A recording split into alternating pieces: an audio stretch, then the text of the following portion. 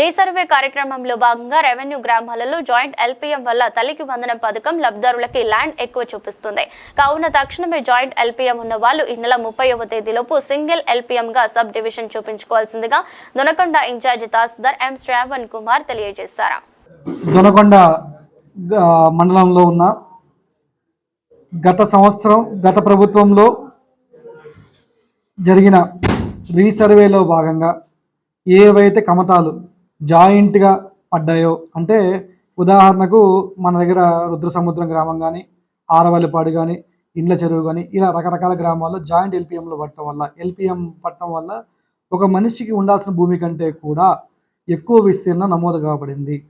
దానివల్ల తల్లికి వందనం లాంటి ప్రోగ్రాం కానీ, లేదా రైస్ కార్డ్ కానీ, లేదా గవర్నమెంట్ ఉచితంగా ఇచ్చే పెన్షన్లు, రాబోయే రోజుల్లో ఎలిజిబిలిటీ ప్రకారం ఇచ్చే పెన్షన్లు కానీ నిజమైన అర్హుదారులకి, లబ్ధిదారులకి కూడా చేరకుండా పోతుంది.